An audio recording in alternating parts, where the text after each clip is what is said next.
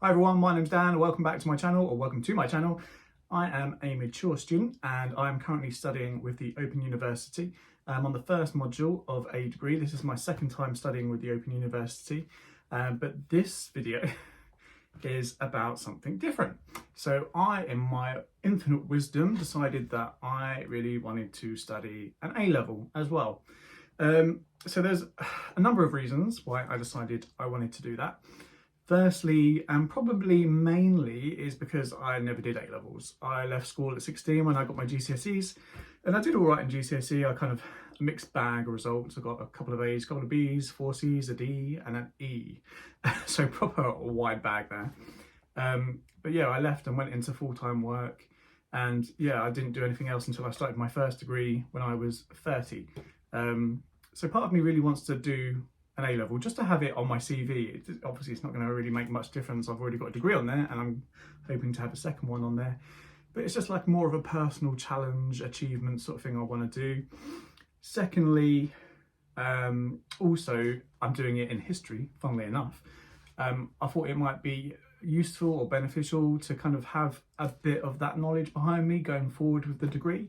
I think the first couple of modules for the OU degree are not necessarily too difficult and kind of break you in gently, as it were. But I think going into level 2, when you focus on the history modules, it might be nice to have a little background. I don't think you need it, and I think, you know, I'm sure the first modules will prepare you fully for what you're going into in level 2. But for me, it's just a nice personal sort of touch to have that behind me as well.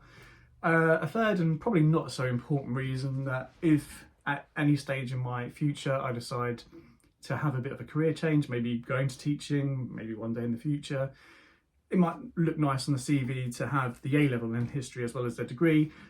You don't need it. I'm pretty sure you don't need it. You just need your GCSE in English and maths and then the degree, obviously. But for me, it's just a nice personal touch.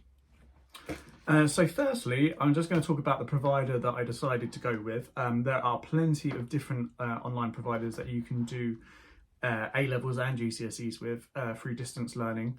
I've tried a number of them. So I decided to go with a company called NEC, which I believe it stands for the National Extension College. And basically I did the AS Physics with them a couple of years ago, well, about 3 years ago.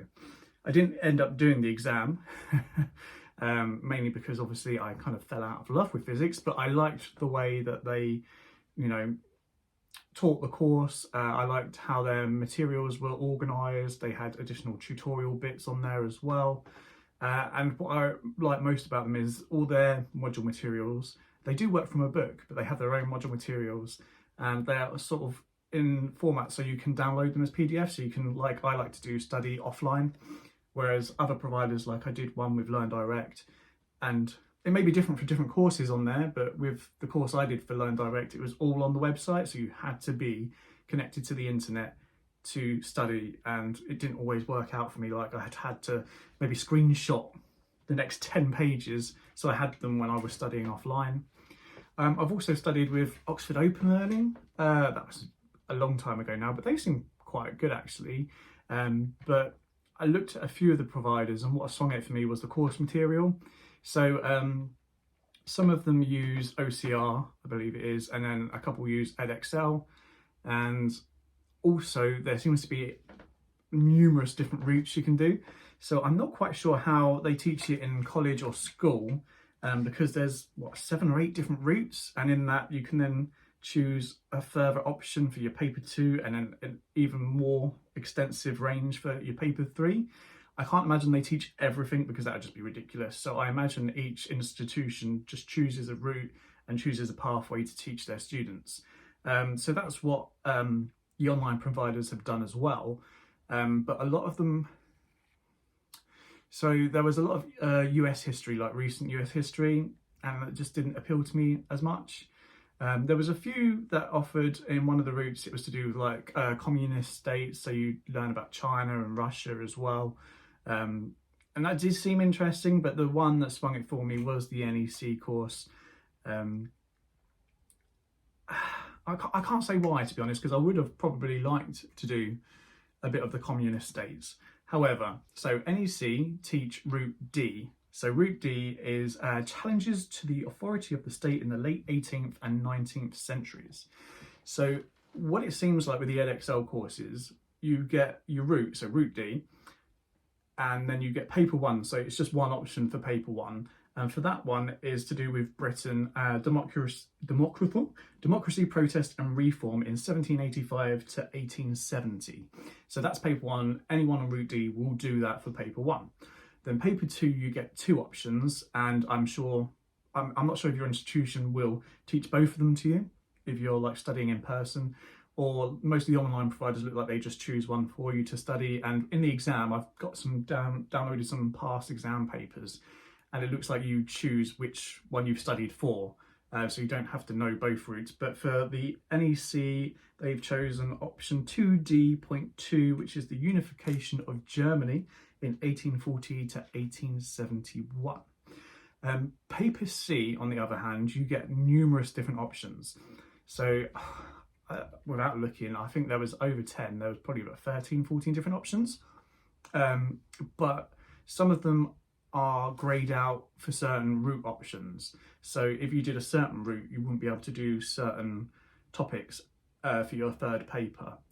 From what I can gather, that's to do with two reasons. Firstly, you have to do at least, I think it's 20% British history. So if you've chosen, say, the communist states one, then you may be blocked out from taking something that didn't include British history for paper 3.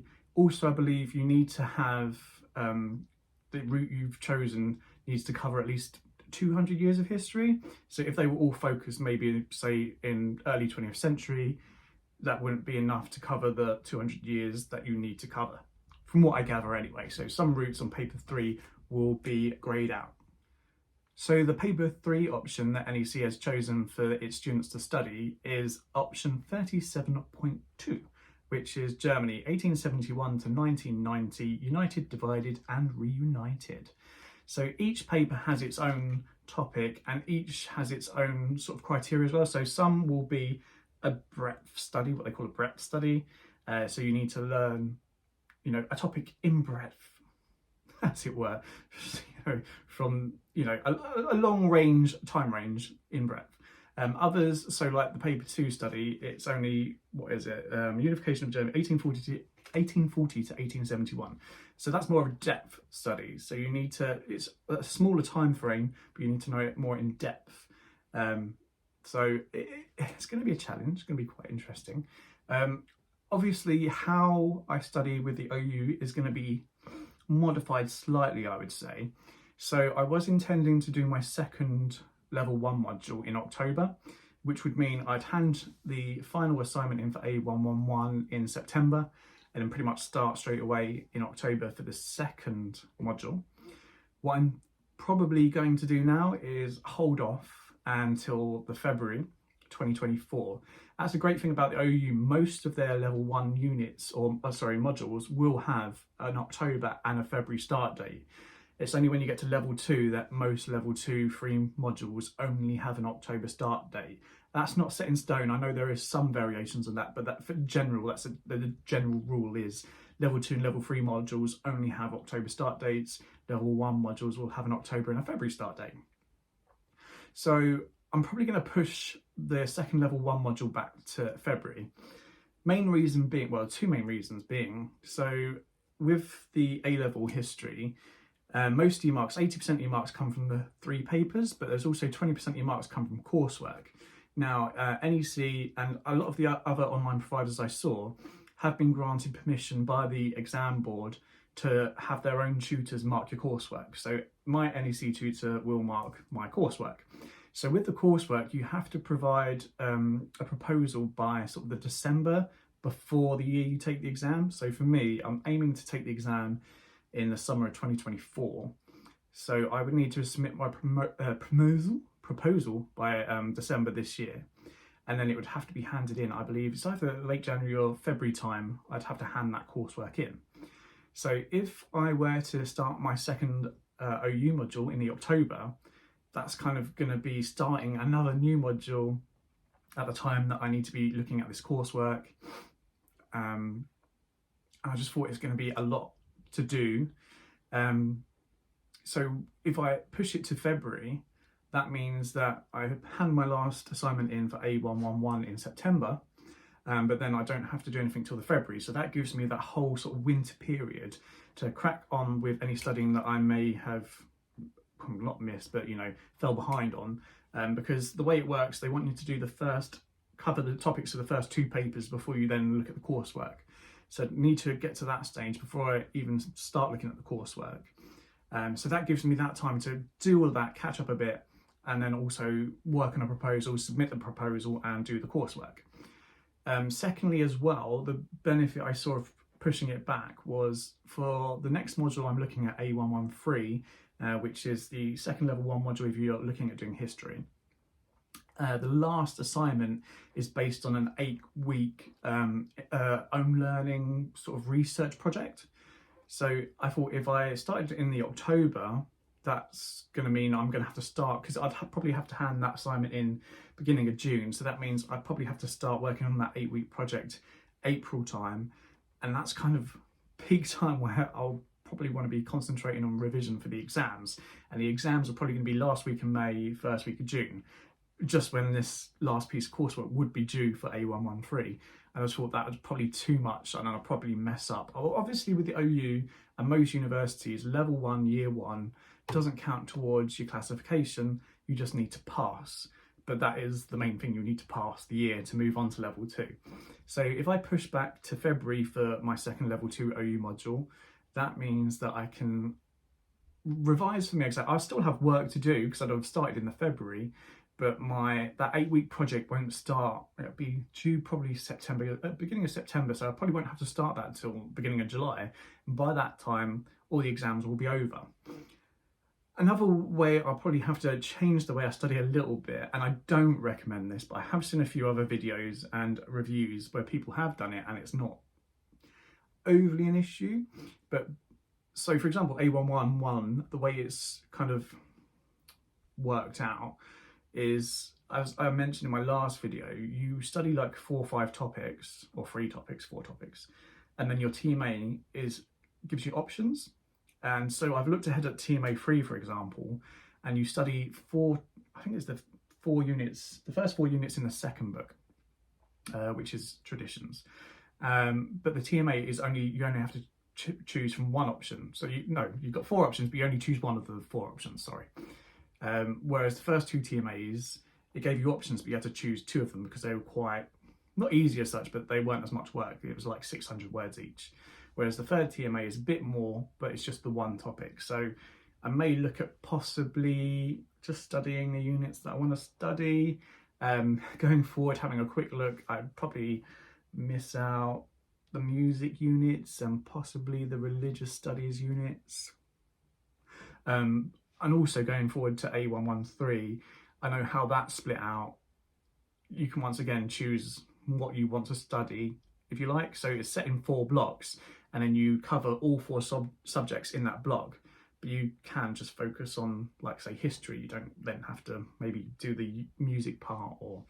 Anyway, that's just a thought of what I may do. I haven't decided to do that yet, but obviously I wouldn't recommend it. If you want to get the most from the course, you need to study the whole course, but there are some bits that I feel like you could probably miss out on. Anyway, so yeah, that is my quick video on why I decided to do an A-level. Fingers crossed I actually do the exam for this one, because I don't want to get to all the way to the end and be like, oh yeah, give up again. So I'm really forcing myself to do this. It'd just be nice to have that A-level. I'm probably just aiming for a C, to be honest. A B would be lovely, but I'd be quite happy with a C. Also, this is one of the books. So this is the first book for my paper 1 and paper 2. You don't have to buy the physical copy. The great thing with NEC is that one and the paper 3 book you do get as an electronic copy free. So they give you, they set you up an account with the provider of the book, and then you can have an online copy. But I'm old school, I'm old, I'm nearly 40, and I like paper books. So I bought that for myself from Amazon. There is one other book that isn't available as an electronic version that they do say you should have, but I haven't bought either of those 2 books yet for paper 3 or that other book. mainly because I haven't reached that part of my study yet, because I've only just started that. And this is paper 1 and paper 2, so you know that'll keep me going for a long time.